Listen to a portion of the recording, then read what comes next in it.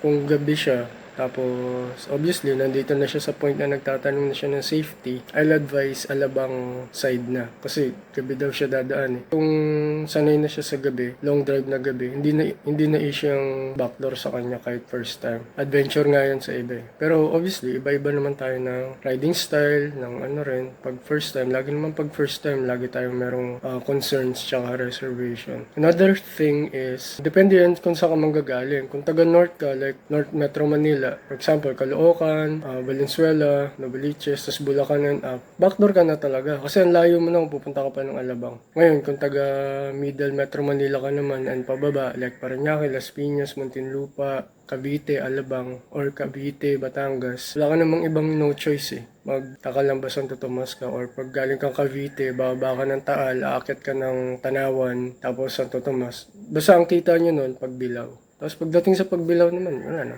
Sabay-sabay na yun. Tsaka yung sinasabi niyang delikado daw sa gawing Antipolo, ako I think after na ng Antipolo, yung sinasabi niya. Kasi yung Teresa, medyo paggabi, ano na yun, maluwag na, wala na masyadong tao. Street light na lang. Hindi rin siya dadaan ng Morong Bayan eh. Doon siya sa diversion road. Ang labas niya nun, yung crossing sa Tanay, yung may Jollibee. I think ang minimin niya rito talaga is yung sa Pililla, Mabitak, Twisties. Which is talagang nakakakaba naman yun for a first timer. Tsaka sa hindi sanay sa gabi.